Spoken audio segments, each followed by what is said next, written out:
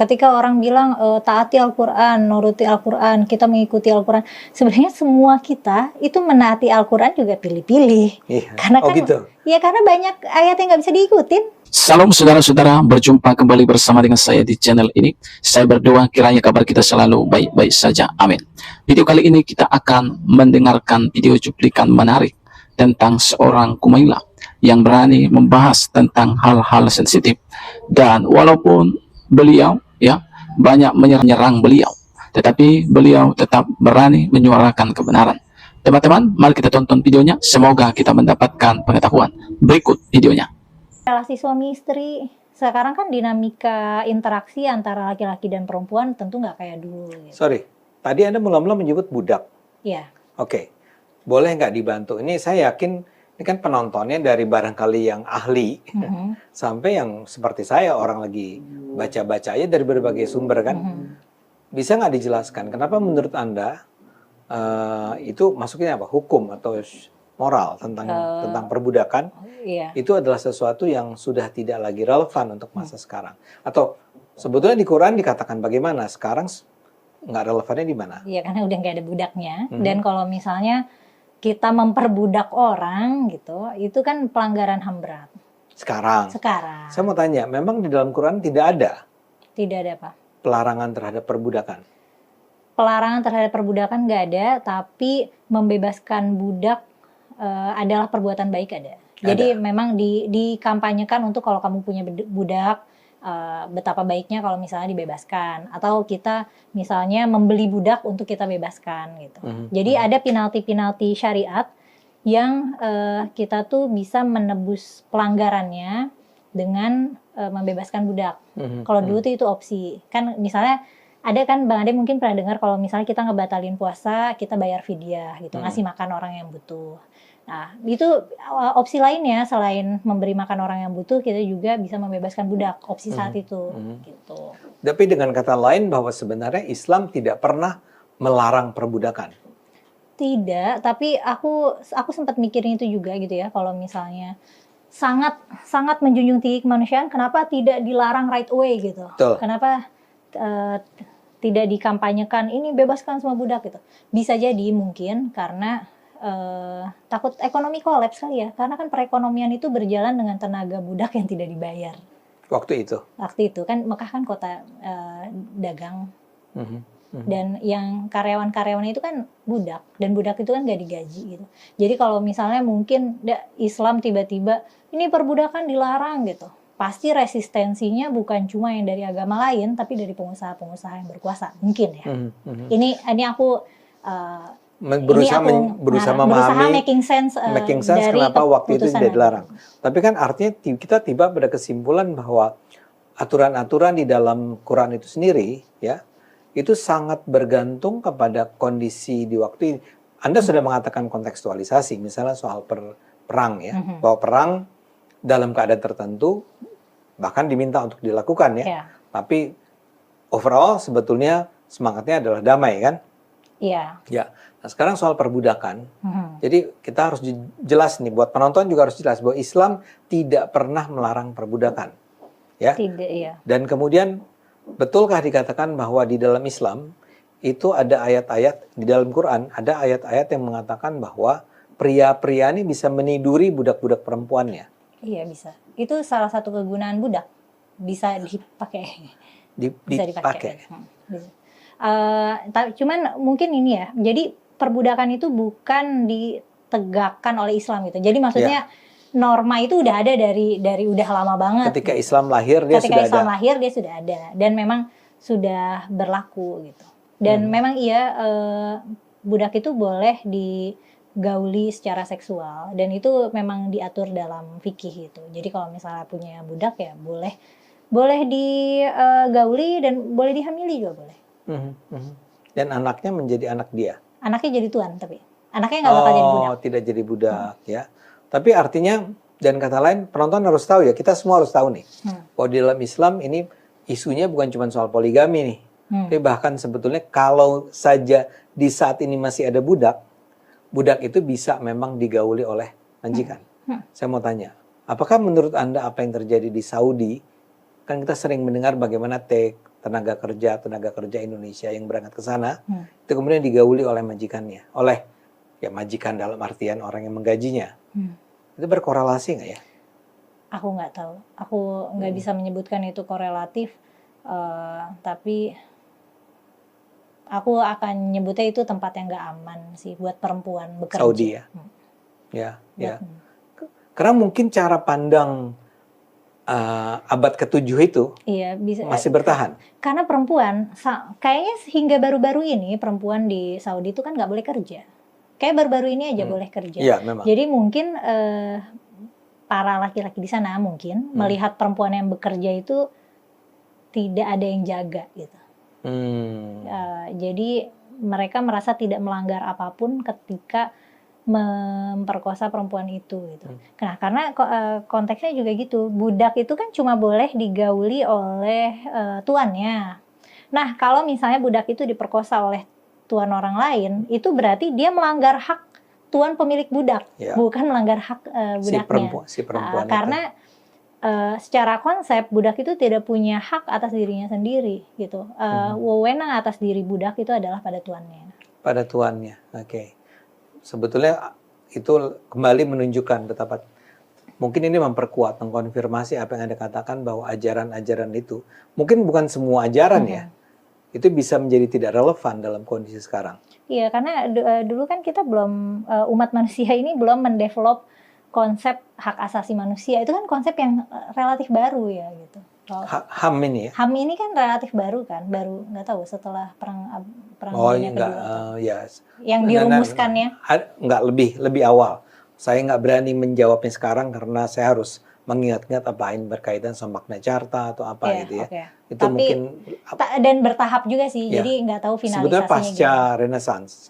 Jadi pelan-pelan kan? Iya, benar. Sejalan dengan perkembangan demokrasi, terbangunlah sebuah gagasan bahwa manusia semua sama.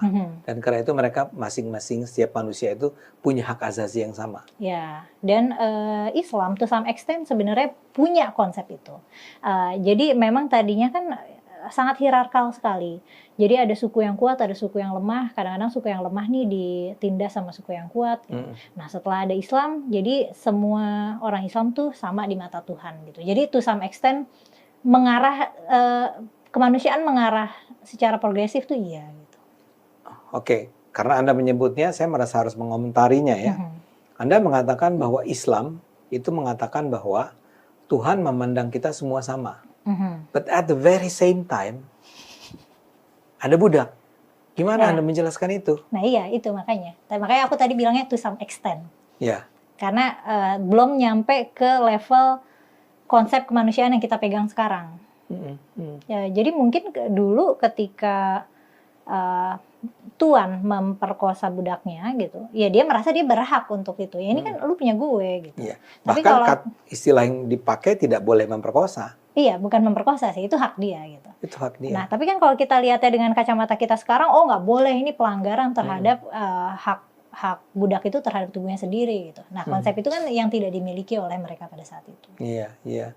Ini kemudian ini membuat saya berpikir tentang bahwa misalnya kita sering mendengar gimana ISIS misalnya itu memperlakukan perempuan dengan sedemikian rendahnya, ya barangkali juga datang dari bisa. Nah, justru itu bisa jadi rujukannya dari teks-teks suci yang sebenarnya udah nggak relevan. Dia pikirnya suci dan harus dijalankan. Betul. Padahal sudah tidak relevan. Iya. Jadi saya ingin mengingatkan supaya penonton jangan marah-marah nih ya. Yang sedang dilakukan oleh Mela adalah berusaha menunjukkan kenapa dia pernah mengatakan, hati-hati loh sama ayat-ayat itu. Ayat-ayat itu lahirnya di kondisi tertentu, abad tertentu. Jadi kalau kita terapkan begitu aja sekarang, mungkin memang udah nggak relevan. Contoh terbaik yang tadi minggu lalu kita gunakan adalah perang. Sekarang Anda memberikan contoh lain, perbudakan. Setuju ya? Setuju. Oke. 1, perbudakan. Semoga-moga penonton bisa paham nih. Jangan terus marah lagi ya. Marah juga nggak apa-apa. Marah juga nggak apa-apa. Namanya juga manusia.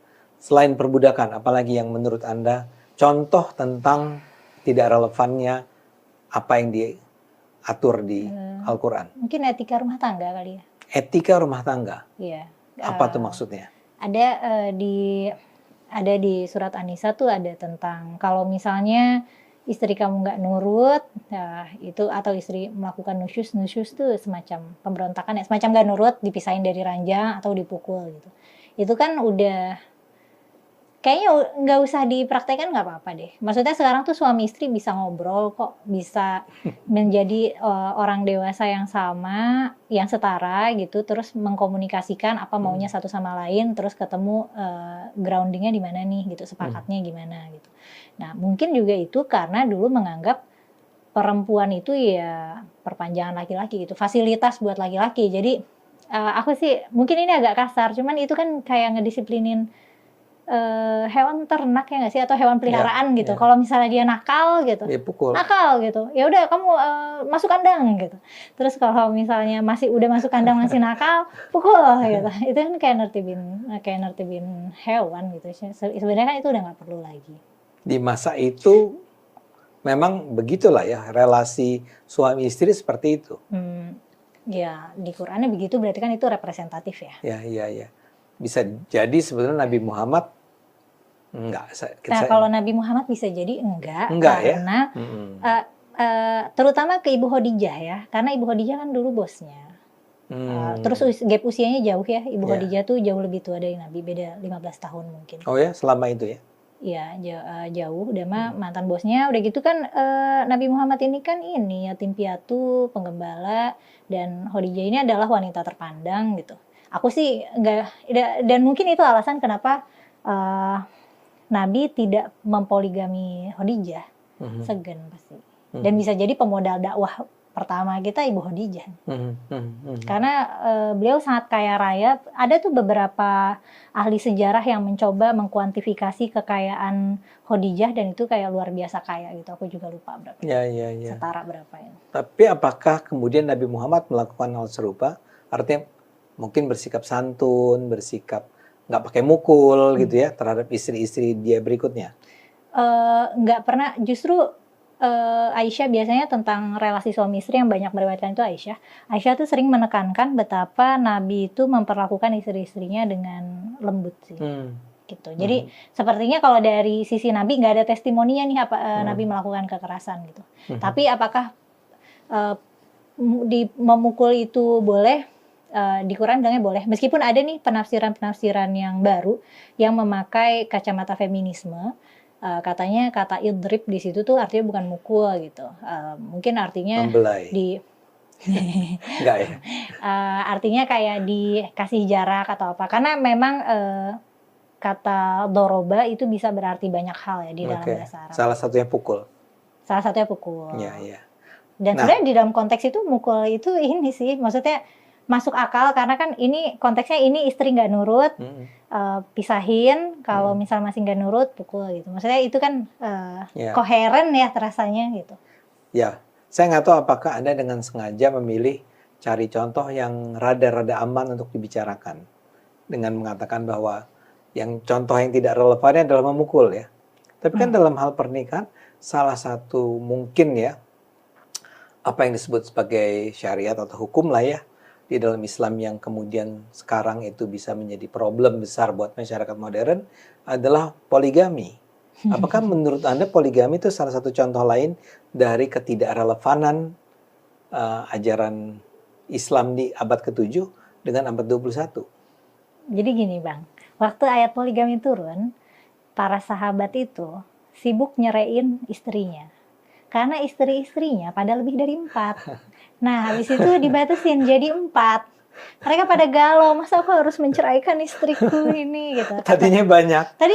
Tadinya tidak ada pembatasan. Kasihan. Jadi dalam konteks di sana poligami itu progresif.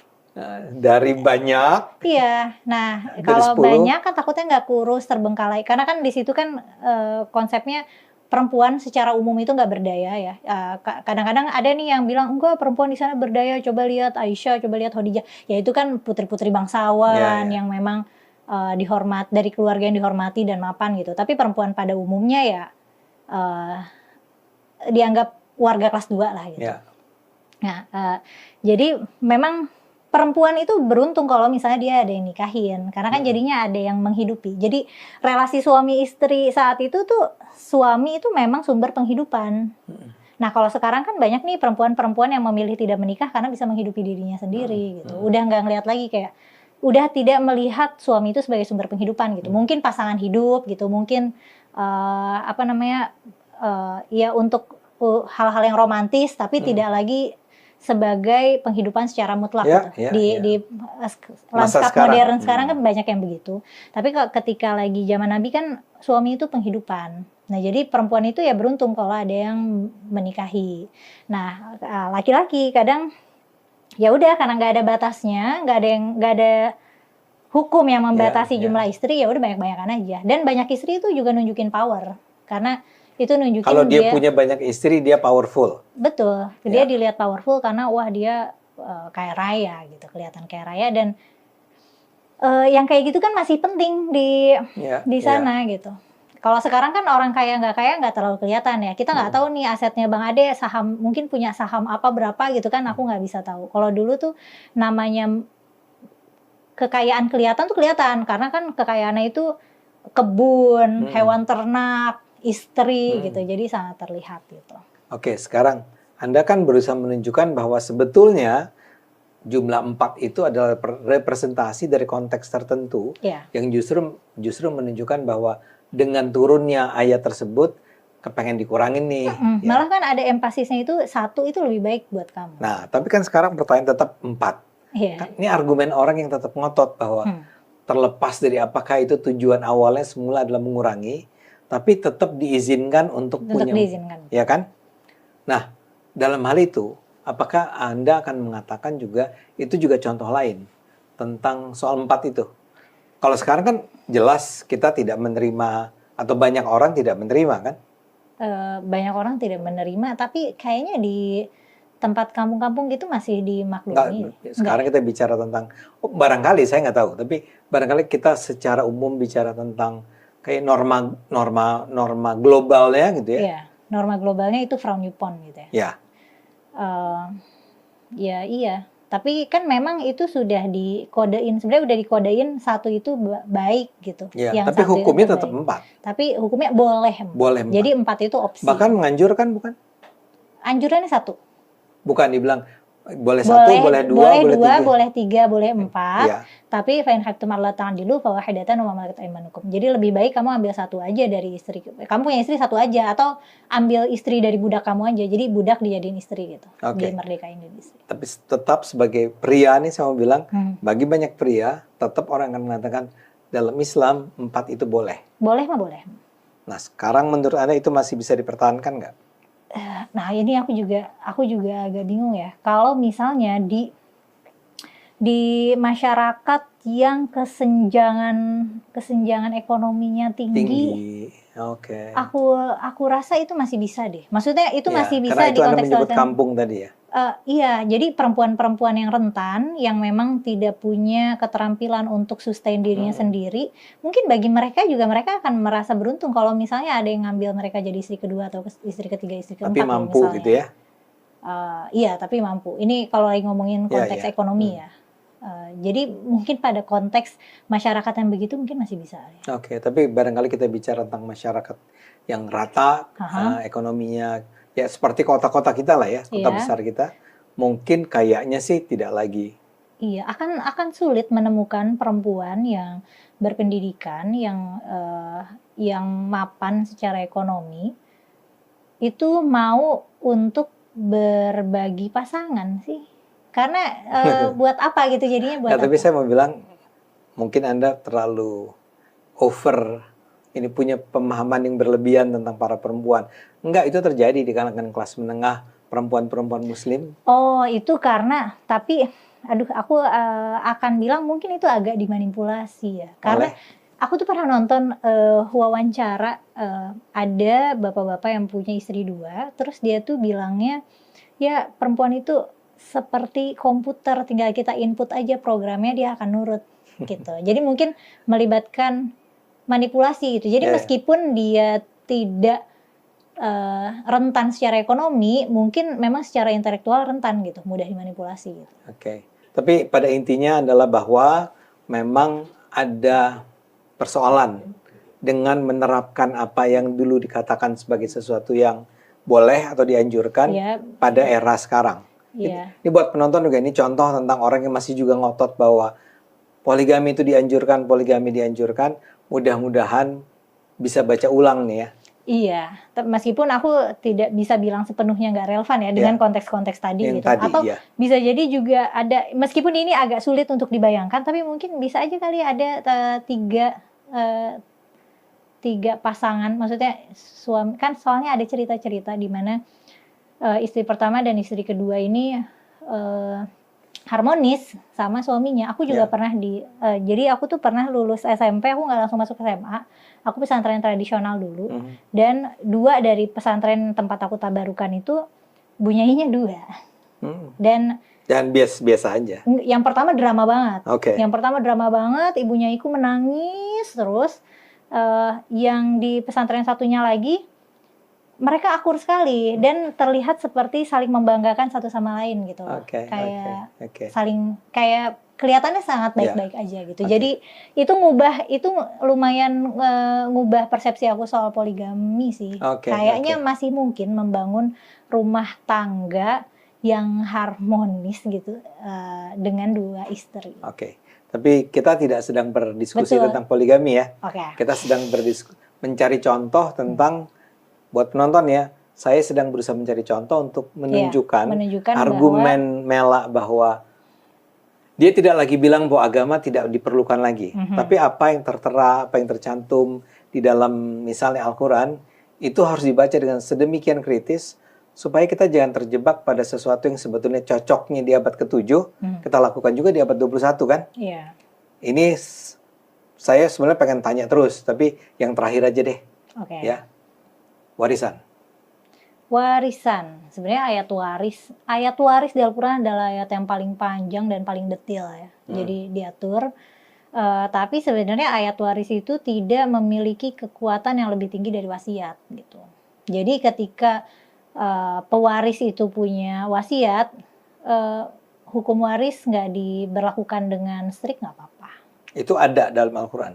Itu ada dalam Al-Quran. Tapi gini, masalahnya di Indonesia sekarang ini, itu hukum waris kalau buat orang Islam, kalau misalnya terjadi percekcokan nih antara saya dengan saudara saya, terus akan dikatakan bahwa ya udah terapkan aja hukum Islam. Dan ketika hukum Islam itu diterapkan adalah laki-laki dapat 2 kali lipat dari perempuan. Ya kan? Itu betul? Itu betul, tapi melihat pada konteks di sana, mungkin itu memang yang adil. Karena laki-laki itu provider keluarga. Di masa itu ya? Di masa itu. Di masa itu seorang laki-laki menafkahi anaknya dan istri-istri, dan ya kalau istri banyak ya, menafkahi istri dan anaknya, sementara kalau perempuan mendapat warisan itu 100% milik dia. Perempuan nggak punya kewajiban menafkahi, laki-laki punya kewajiban menafkahi di sana gitu. Kalau sekarang kan udah banyak yang double window ya rumah tangganya. Iya. Breadwinner-nya nggak satu. Apa? Breadwinner itu pencari nafkah. Oh, breadwinner ya. Breadwinner-nya berdua gitu, kolaboratif. Nah, tapi ini contoh yang bagus nih. Jadi aturan mengenai warisan tuh panjang, lebar, tapi kemudian dikatakan itu hanya sekedar wasiat. Itu rekomendasi. Direkomendasikan, bukan diwajibkan. Bukan diwajibkan. Ya, wajib sih, mewariskan itu wajib. Cuman kalau misalnya pewarisnya itu punya wasiat, yang diterapkan adalah wasiatnya. Meskipun wasiatnya juga punya punya batasan. Misalnya kita nggak boleh mewariskan harta ke orang yang bukan keturunan kita gitu, bukan kerabat kita, lebih dari 1/3 harta gitu. Ada batasan-batasannya gitu. Iya. Tapi kenapa di Indonesia masih yang diterapkan yang kayak wajib gitu ya? Nah, aku nggak tahu. Emang di Indonesia masih diterapkan ya? Ini yang jadi masalah di banyak orang adalah itu. Mudah-mudahan kamu nggak kena yang itu ya. Nggak kena. Keluarga kamu tidak menjadi keluarga yang mewajibkan hak laki-laki 2 kali lipat perempuan. Kalau diterapkan itu akan sedih sih, karena aku perempuan sendiri dari 6 bersaudara gitu. Jadi bagiannya kecil. Oke. Saya pikir itu sudah mudah-mudahan membantu penonton ya, memahami kenapa Mela itu berkeras terus selama berulang kali pertemuan bahwa harus membaca Al-Quran itu sesuai konteks. Iya. Dan ada sehingga kalau nggak dibaca dalam konteksnya, maka akan ada banyak aturan-aturan di dalam Al-Quran, di dalam ajaran Islam yang nampaknya sebagai hal-hal yang nggak lagi relevan. Kira-kira gitu kan? Iya, ketika orang bilang taati Al-Quran, nuruti Al-Quran, kita mengikuti Al-Quran, sebenarnya semua kita itu menaati Al-Quran juga pilih-pilih. Iya. Karena Oh kan, gitu. ya karena banyak ayat yang nggak bisa diikutin, kayak nggak bisa ditaatin lagi karena konteksnya udah totally berubah. Gitu. Contohnya boleh nggak? Ya Satu. tadi, yang tadi itu. Oh, iya. Kita kan udah nggak bisa berperang, kita Iya, udah iya. nggak bisa membebaskan budak. Yang Soalnya kalimatnya kan, bila kamu bertemu dengan orang kafir itu, dia dimanapun, gitu. dengan bunuhlah deh. Ya, Oke, itu nggak mungkin dilakukan itu kan kan? nggak mungkin dilakukan. Oke, ya.